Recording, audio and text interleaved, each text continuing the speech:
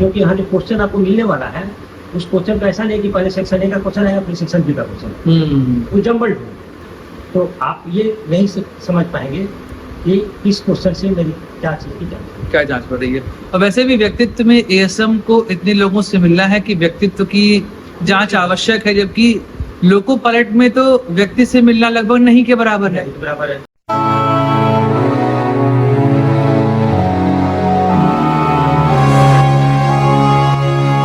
दोस्तों नमस्कार, स्वागत है आपका आज के वीडियो में। सिद्धार्थ सर हमारे साथ हैं और हमारी समस्या का समाधान करने के लिए वो फिर हमारे साथ आज प्रेजेंट हुए हैं। मेरे मन में सवाल आया था साइको को लेकर। ठीक है, साइको रेलवे दो तरह से साइको लेता है, एक असिस्टेंट स्टेशन मास्टर में भी लेता है और एक असिस्टेंट लोको पायलट में भी लेता है। डिफरेंस तो कुछ ना कुछ होगा। तो आज सर से हम यही जानेंगे कि आखिर एएसएम साइको और एएलपी साइको में डिफरेंस क्या है, जिससे कि आपकी तैयारी में आपको फायदा हो जाए और आप इजीली अपने एग्जाम को क्रैक कर जाएं। तो स्वागत है सिद्धार्थ सर आपका। और आज का सवाल यही है कि साइको एएसएम में भी है और एएलपी में भी है, आखिर क्या डिफरेंस है इन दोनों में? साइको एएसएम और एएलपी में ही मिलते हैं, मेट्रो रेलवे में भी है और डीएफसीसीआईएल में भी होता है साइको। तो कभी कभी सबका पैटर्न सेम है, लेकिन साइको का टॉपिक सब में कुछ न कुछ अलग अलग है। कहीं 5 चैप्टर है, पहले ऐसे में 4 चैप्टर होता था, फिर पहले 5 चैप्टर होता था, फिर 4 चैप्टर हुआ, फिर 5 चैप्टर 5 टॉपिक आता है टेस्ट में। तो डिफरेंस है, सब में बहुत बड़ा डिफरेंस है, क्योंकि जॉब का रिक्वायरमेंट है जिस हिसाब से, उस हिसाब से साइको नहीं है। कहने का मतलब स्टेशन मास्टर की जॉब, नेचर ऑफ जॉब में और एएलपी के नेचर ऑफ जॉब बहुत बड़ा अंतर है। और उसी को ध्यान में रखते हुए ये टेस्ट बैटरी डिजाइन की जाती है कि उस जॉब के रिक्वायरमेंट के अकॉर्डिंगली कैंडिडेट हम सेलेक्ट कर पाए सही तरीके से। जैसे सबसे पहला डिफरेंस क्या है दोनों में, तो एक लोको पायलट को अपने जॉब के दौरान आम लोगों के बीच में रहने की जरूरत नहीं पड़ती। तो बिल्कुल एकांत, मतलब 8 घंटे की जॉब कर रहा है या 7 घंटे जब वो ट्रेन चला रहा होता है, तो उसका इंटरेक्शन लोगों के साथ नहीं होता जी। जबकि स्टेशन मास्टर जब स्टेशन पर बैठता है तो उसका इंटरेक्शन बहुत सारे लोगों के साथ होता है। उनके मातहत, उनके अंतर्गत आने वाले कर्मचारी हैं, बहुत क्लर्क हैं और बहुत तरह के कर्मचारी हैं, फिर पैसेंजर हैं, तो टिकट कलेक्टर है, टिकट काटने वाले लोग हैं। ये सारे लोग स्टेशन मास्टर के अंडर में काम करते हैं और स्टेशन मास्टर की जिम्मेवारी होती है इन सबको सही रूप से तालमेल करके उनसे ऐसी सेवा ली जाए ताकि स्टेशन का काम सुचारू रूप से चल सके। जी, एक वीडियो यूट्यूब पर अवेलेबल है और हर स्टेशन मास्टर की तैयारी करने वाले बच्चों को वीडियो देखनी चाहिए। उसमें वो एक्चुअली डिपार्टमेंटल रेलवे ने ही इस वीडियो को जारी किया है कि जिस तरह से ऑर्केस्ट्रा पार्टी में या ऑर्केस्ट्रा या किसी गाने की रिकॉर्डिंग होती है, तो वहाँ पर जितने इंस्ट्रूमेंट बजाने वाले लोग होते हैं तो किस तरह से एक दूसरे के साथ तालमेल से काम करते हैं, अपने वाद्य इंस्ट्रूमेंट का इस्तेमाल करते हैं, जिससे एक लयबद्ध संगीत का माहौल बनता है और एक खूबसूरत गाना बनकर तैयार। उसमें वीडियो दिखाया गया। अगर इस दौरान अच्छा एक ही इंस्ट्रूमेंट को बहुत सारे लोग बजाते हैं, लेकिन सबके बीच में इतना बेहतर तालमेल होता है कि जब रिकॉर्डिंग खत्म होती है तो सुनने के बाद लोग बहुत ज़्यादा आनंदित होते हैं, खुश होते हैं। स्टेशन मास्टर का काम करीब करीब उसी तरह का है। ट्रेनों के आने का समय, जाने का समय, मतलब सब चीज़ों के बीच में इतना बेहतर तरीके से उसको तालमेल बिठाना पड़ता है। अपने ऊपर ऑफिसर्स, अपने नीचे के कर्मचारी, पैसेंजर, इन सब के बीच में, जिससे स्टेशन का काम सुचारू रूप से चल सके। और ये जिम्मेदारी वाला काम है, रिस्पॉन्सिबिलिटी वाला काम है, पहली बात। दूसरी बात कि आपको अपनी मानसिक स्थिति को ऐसी रखनी पड़ती है कि आप हर तरह की सिचुएशन को हैंडल कर पाए जबकि लोको पायलट को सिर्फ एक ही तरह के सिचुएशन को हैंडल करना होता है, ट्रेन चलाने। ट्रेन चलाने में उसको। सिचुएशन क्या है कि ट्रेन को सुरक्षित रूप से चलाना है, जबकि स्टेशन मास्टर को बहुत सारे के बीच में ट्रेन के आवागमन का भी ध्यान रखना है, सिग्नल का भी ध्यान रखना है, और जो कर्मचारी काम कर रहे हैं उनका भी ध्यान रखना है, और जो पैसेंजर आ रहे हैं उनकी सुविधा का भी ध्यान रखना है। मेन काम तो वही है कि पैसेंजर को स्टेशन के अंदर कोई दुविधा ना हो। इस हिसाब से दोनों के नेचर ऑफ जॉब में कितना अधिक अंतर है, इसीलिए उनके साइको में भी उसी तरह से डिजाइन किया गया है कि जो क्वालिटी स्टेशन मास्टर के अंदर चाहिए वो क्वालिटी बाहर निकलता है। अब जो टेस्ट मिलता है, पहला ही टेस्ट है, उनको बोलते हैं इंटेलिजेंस टेस्ट, हिंदी में उसको बोलते हैं बुद्धि परीक्षा, जो कि लोको पायलट में नहीं। दूसरा टेस्ट है selective attention test. Selective attention test, attention यहाँ है, कंसंट्रेशन की जरूरत यहाँ भी पड़ती है, कंसंट्रेशन और अटेंशन की जरूरत लोको पायलट की पड़ती है, लेकिन नेचर ऑफ टेस्ट दोनों का अलग अलग, एकदम टेस्ट डिफरेंट। बैटरी अलग अलग। यहाँ पर सेलेक्टिव अटेंशन मतलब बहुत सारे चीजों के बीच में से आपको एक चीज को सेलेक्ट करके उस पर फोकस करना है, ठीक है। हिंदी में बोलते हैं इसको चयनात्मक और ध्यान परीक्षण। थर्ड टेस्ट होता है वो है spatial scanning test. Spatial scanning test का मतलब आप डिस्टेंस को स्कैन कर पा सकते हैं, दो चीजों के बीच में डिस्टेंस कितना है और सबसे कम डिस्टेंस कितना होगा, मतलब डिस्टेंस का अनुमान आप सही सही लगा पाते हैं देख कर और शीघ्रता के साथ।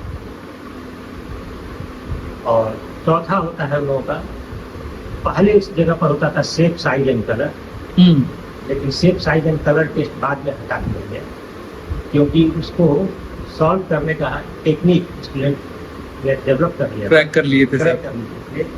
तो जिस क्वालिटी की जांच की जाती थी, दिए गए इंस्ट्रक्शन के अनुसार अगर वो काम किया जाए तो टाइम लगेगा, लेकिन उन लोगों ने कुछ चीज क्रैक कर लिया था और 7 मिनट का टेस्ट 2 मिनट में खत्म कर दिया, 100% एक्यूरेसी के साथ। और ये नोटिस किया उस समय जो टेस्ट लेते थे साइकोलॉजिस्ट, उन्होंने देखा कि 2 मिनट 3 मिनट के बाद सभी लड़के बैठ गए, एक पूरा ग्रुप बैठ गया, तो मुझे बनाइए अभी तक क्या नहीं बन रहा है, किस समझ रहा क्वेश्चन। लड़कों ने कहा कि बन गया। फिर बाद में जब कॉपी चेक की गई, उनका डॉट पर नोट कर लिया गया, कॉपी चेक की गई तो देखा गया कि सभी लड़कों ने 100% एक्यूरेसी के साथ क्वेश्चन बना लिया 3 मिनट के अंदर। और ये चीज़ अब और आसानी से जांच होती है जब आप कंप्यूटर बेस्ड एग्जाम देते हैं, क्योंकि आपका रिस्पॉन्स टाइम वहाँ कंप्यूटर नोट करते जाता है। वहाँ पर तो साइकोलॉजिस्ट को जैसे ऑफलाइन एग्जाम होता था, तो साइकोलॉजिस्ट को तो नज़र रखनी पड़ती थी हर एक स्टूडेंट के ऊपर, लेकिन यहाँ पर कंप्यूटर आपके एक्टिविटी पर नज़र रखता है कि आप कितनी जल्दी कितनी फास्ट आप आंसर दे रहे हैं, आपका रिस्पॉन्स टाइम। तो उसके बाद उन लोगों ने रिकमेंड किया इस टेस्ट को समाप्त कर दिया जाए, हटा दिया जाए। तो बहुत दिनों तक टेस्ट नहीं पूछा गया, बहुत दिनों तक तो लगता है 10-12 साल तक टेस्ट नहीं पूछा गया, लेकिन उसकी जगह पर एक नई टेस्ट बैटरी तैयार की गई और वो टेस्ट बैटरी डाली जाती है इंफॉर्मेशन ऑर्डरिंग टेस्ट। दिए गए इंफॉर्मेशन के अकॉर्डिंगली आपको आंसर निकालना है, इंफॉर्मेशन ऑर्डरिंग टेस्ट 4 है। और 5वां और सबसे यूनिक जो ALT को साइको से ALT के साइको को ASM के साइको से बिल्कुल अलग कर देता है, वो है पर्सनालिटी टेस्ट। पर्सनालिटी टेस्ट ये एक बड़ा यूनिक सेक्टर है। पर्सनालिटी टेस्ट ऐसा नहीं कि कुछ क्वेश्चन पूछा गया और आपके दिमाग में जो आंसर आया उसको दे दिया, क्योंकि एक ही क्वेश्चन के अगर 3 ऑप्शन दिए गए हैं तो एक पर्टिकुलर टाइम के जॉब के सिलेक्शन के टाइम पर हो सकता है कि पहला आंसर सही हो और दूसरे टाइप की जॉब का सिलेक्शन हो तो वो तीसरा आंसर लेंगे तो सही हो। पर्सनालिटी ये एक बहुत ही इम्पोर्टेंट चैप्टर है चलिए कि लोगों के अंदर की ट्रेट्स के अंदर के गुण को कैसे चेक किया है। तो ASM के लिए जिस तरह की पर्सनालिटी चाहिए 2 फैक्टर, इसमें 2 चीज़ों की जांच होती है। 3 है 16-17 फैक्टर्स रहते हैं जनरली, तो उसमें से सिर्फ 2 की जांच होती है। और इसीलिए इस पर्सनालिटी टेस्ट में पार्ट A पार्ट B 2 होगा और 35 क्वेश्चन और 136 क्वेश्चन आते थे, 35 क्वेश्चन आते थे, उसमें वो फैक्टर, एक फैक्टर के लिए कुछ क्वेश्चन, दूसरे फैक्टर के, दोनों में क्वालिफाई करते हैं। आपका नॉर्मल NTS, आपका NTS दोनों ही टेस्ट में क्लियर होना चाहिए। ओके। पर्सनालिटी टेस्ट का जो दो अलग अलग सेगमेंट है, तो जिन दो ट्रेड्स की जांच हो रही है, वो दोनों को क्वालिफाई करना चाहिए। जैसे बाकी में तो जोड़ के बनता है एनटीएस, इसमें जोड़ के नहीं बनता है एनटीएस। जैसे हम देखते हैं कि एलपी साइको जो होता है वहाँ पे 2 टेस्ट हुआ, मान लीजिए किसी भी एक सेगमेंट का 2 टेस्ट लिया जाता है। नहीं, दोनों का अलग अलग बनता है। दोनों का NTS अलग अलग है। जैसे मेमोरी में NTS निकाला जाता है तो वहाँ पर एक साथ बनता है, इसमें दोनों का अलग अलग बनता है। यही मेरा सवाल था कि इसमें दोनों का अलग बनाया जाए। वहाँ पर तो हम सिर्फ मेमोरी चेक कर रहे हैं। हाँ, वहाँ पर तो हम एक ही क्वालिटी की जांच कर रहे हैं, मेमोरी की जांच कर रहे हैं। हाँ, यहाँ पर पर्सनालिटी की जांच कर रहे हैं। पर्सनालिटी की जांच कर रहे हैं। और पर्सनालिटी हर सिचुएशन, पर्सनालिटी के 2 अलग अलग ट्रेट्स की जांच करते क्योंकि हर सिचुएशन में पर्सनालिटी अलग बिहेव कर हैं। आप सकती है। एक ट्रेट्स में अगर आप क्वालिफाई कर जाते हैं, दूसरे ट्रेट में अगर डिस्क्वालीफाई हो जाते हैं, तो इसका मतलब आपको अब डिस्क्वालीफाई हो गए। डिस्क्वालीफाई लॉस हो गया। तो दोनों को ही क्वालिफाई। तो अब किस क्वेश्चन को पूछने के पीछे किस ट्रेट्स की जांच हो रही है, आपको किस तरह से आंसर सेलेक्ट करना पड़ेगा, इसमें थोड़ा सा थोड़ी प्रैक्टिस की जरूरत पड़ती है। दोनों फैक्टर मतलब दोनों ही में आपको क्वालिफाई तो एक तरह से लोको पायलट और ASM के साइको में बिल्कुल बहुत बड़ा डिफरेंस है। इसी की तरह रेलवे, मेट्रो रेलवे में भी इन दोनों से मिला के क्वेश्चन रहते हैं और कुछ अलग क्वेश्चन रहते हैं। और DFCCI में भी पर्सनालिटी टेस्ट होता है। तो पर्सनालिटी टेस्ट के भी बहुत सारे तरीके हैं, सिर्फ यस नो या हाँ नहीं कभी कभी, या फिर 5 ऑप्शन होते हैं या 3 ऑप्शन होता है, 2 ऑप्शन होता है। इसमें जो पूछा जाता है, ASM जो पूछा जाता है, वो 3 ऑप्शन रहेंगे आपके। और मतलब मजे की बात क्या है इसमें कि कोई भी ऑप्शन सही है गलत नहीं है। किसी ऑप्शन पर 2 नंबर होगा, किसी पर 1 नंबर होगा, किसी पर 0। ये आपको नहीं पता है कि किस ऑप्शन पर 2 नंबर है, किस ऑप्शन पर 1 नंबर है। 2 नंबर आपने सेलेक्ट कर लिया, जिस ऑप्शन को कर उस पर 2 अंक अगर मिलने वाले हैं आपको, इसका मतलब आप सुटेबल, वेरी मच सुटेबल।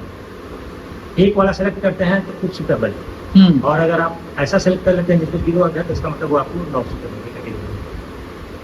लेकिन ओवरऑल दोनों का NTS निकाल के अलग अलग, और तब सारे शिक्षण का सुटेबल फाइल जांच करने की कोशिश की जाती है कि सुटेबल है या फिर सुटेबल नहीं।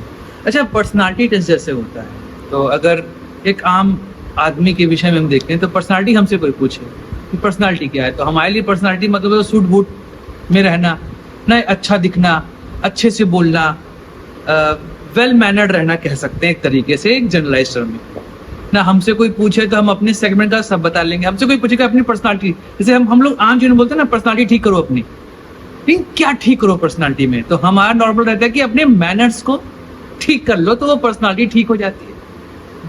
लेकिन एक ASM जब कोई व्यक्ति बन रहा है, कोई स्टूडेंट ASM का एग्जाम दिया तो जो उसका वहां टेस्ट हो रहा है, तो वो रियल पर्सनालिटी क्या मैनर से मतलब है उसका कि अच्छा बिहेव करे, या अलग अलग एस्पेक्ट में पर्सनालिटी के अलग अलग सेगमेंट हो सकते हैं?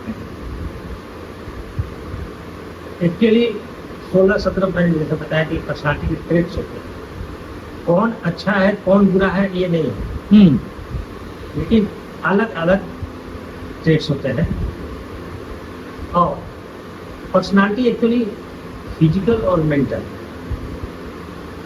हमारी शारीरिक और मानसिक स्थिति दोनों के तालमेल से बनता है। दोनों के मतलब दोनों इंटरडिपेंडेंट, तारतम्य बना रहता है उनका। हाँ, फिजिकल भी है और मेंटल भी है।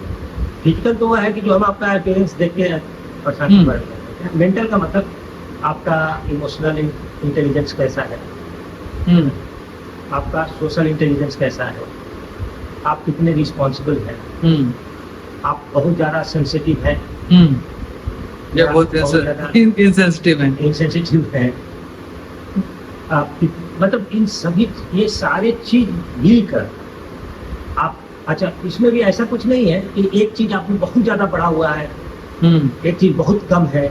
एक बैलेंस होना चाहिए। हाँ, तो इन सभी में से दो ही चीजों की जांच है। इसके ऊपर हम डिटेल जब क्लास लेंगे तो बताएंगे कि आपके किस किस फैक्टर की जांच की जाती है, और जो सवाल पूछा जाता है, जो प्रश्न पूछा जाता है, वो इस प्रश्न से आपकी किस पर, क्योंकि यहाँ जो क्वेश्चन आपको मिलने वाला है उस क्वेश्चन का ऐसा नहीं कि पहले सेक्शन ए का क्वेश्चन आएगा फिर सेक्शन बी का क्वेश्चन, वो जम्बल्ड है, बिल्कुल जम्बल्ड है। तो आप ये नहीं समझ पाएंगे कि किस क्वेश्चन से मेरी क्या चीज की जांच है। क्या जांच पड़ रही है।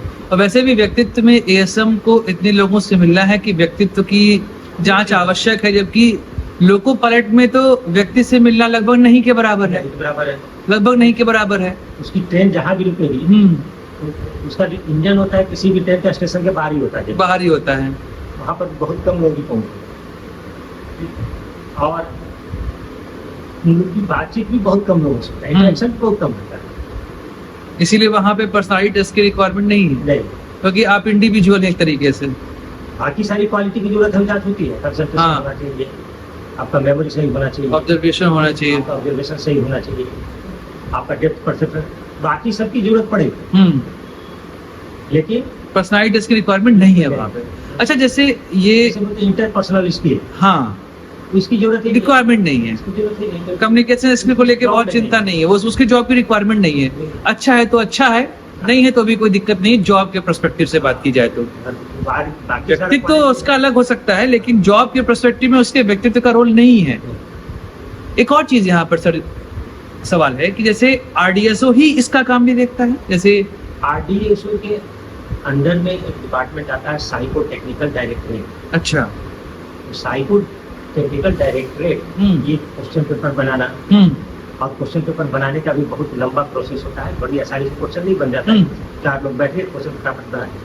क्वेश्चन बनाने का पूरा एक प्रोसेस है ना, और उनका क्वेश्चन को कितने लेवल से होके गुजरना पड़ता है, तब वो टेस्ट में रखा जाता है, और तब जब अप्रूव हो जाता है तब वो उसको टेस्ट के से उसकी वैलिडिटी चेक की जाती है।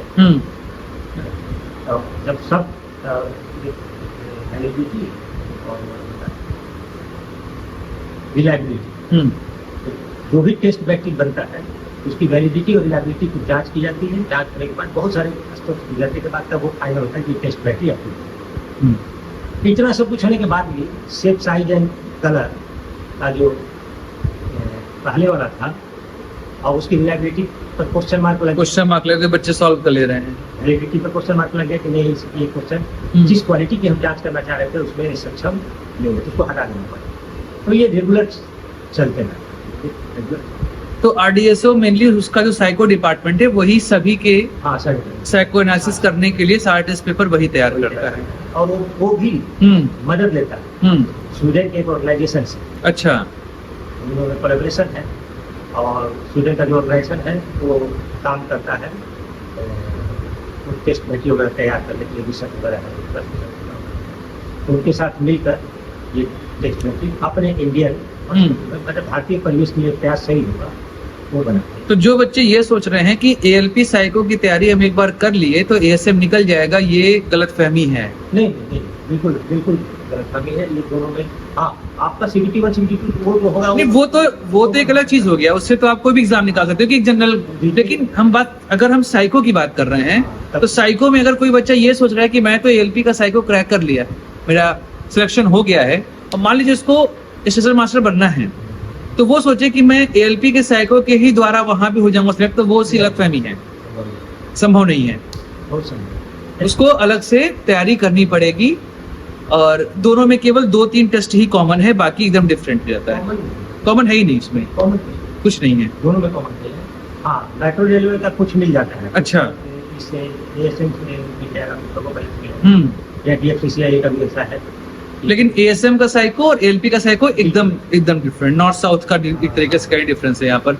तो मेन तो अंतर सबसे बड़ा तो आगे ना व्यक्तित्व वाला जो अंतर आ गया, वो सबसे बड़ा अंतर तो वही कह सकते हैं हम कि जो व्यक्तित्व का अंतर है यहाँ चेक करने का। पर्सनालिटी टेस्ट एएसएम में है, एएलपी में पर्सनालिटी टेस्ट नहीं। तो इस तरीके से अगर बच्चे अपने हर एक तैयारी को एग्जाम पॉइंट ऑफ व्यू से मेंटेन करते चलें तो क्रैक करना आसान हो जाता है, आसान हो हम जाएगा। बता रहे हैं कि अगर आप तैयारी कर रहे हैं CBT 1 की तैयारी कर रहे हैं, उस समय भी साइको का कुछ क्वेश्चन बनाते रहिए। CBT 2 की तैयारी कर रहे हैं तो साइको को कुछ क्वेश्चन बनाते रहिए। मतलब हमको एक मैसेज देना है। CBT 1 हमको रीजनिंग बनाना है, GS बनाना है, क्वांट बनाना है। हाँ, हम वो काम करते रहे और उसके साथ साथ कभी समय मन नहीं लग रहा है तो टेस्ट हम साइको का दे दिए। अरे आम जीवन में जैसे आपने बताया था ऑब्जर्वेशन, कंसंट्रेशन या मेमोरी इनहेंसमेंट, ये तो काम यहाँ पर भी करेगा कि आप ऑब्जर्व अच्छा कर पा रहे हैं कि नहीं कर पा रहे हैं। तो जैसे जो बच्चा तैयारी कर रहा है, जब वो अपना CBT 1 CBT 2 की तैयारी कर रहा है, उस दौरान वो अपने ऑब्जर्वेशन को बढ़ाता रहे, तो अब ऑब्जर्वेशन का प्रैक्टिस करता है, हाँ कंसंट्रेशन का प्रैक्टिस करता रहे, उससे CBT 1 CBT 2 में भी उसको मदद मिलेगी। हाँ ज़्यादा समय, ज़्यादा बेहतर तरीके से कम समय में चीज़ों को समझ पाएगा। और प्लस उसका माइंड भी, मतलब वो एक्सरसाइज हो रहा है उसके लिए, तो साइको में डेफिनेटली उसको बहुत इम्प्रूवमेंट मिल जाएगा। इम्प्रूवमेंट मिलेगा और वो आसानी से साइको, जब साइको आएगा तो जो भी बच्चे गलतफहमी पाले हुए हैं कि अगर उनका मान लीजिए ALP निकला है और वो ज्वाइन करने वाले हैं, उनका आगे मन है कि वो ASM बने, और क्योंकि ALP की जॉब बहुत टफ होती है, हर कोई जानता है।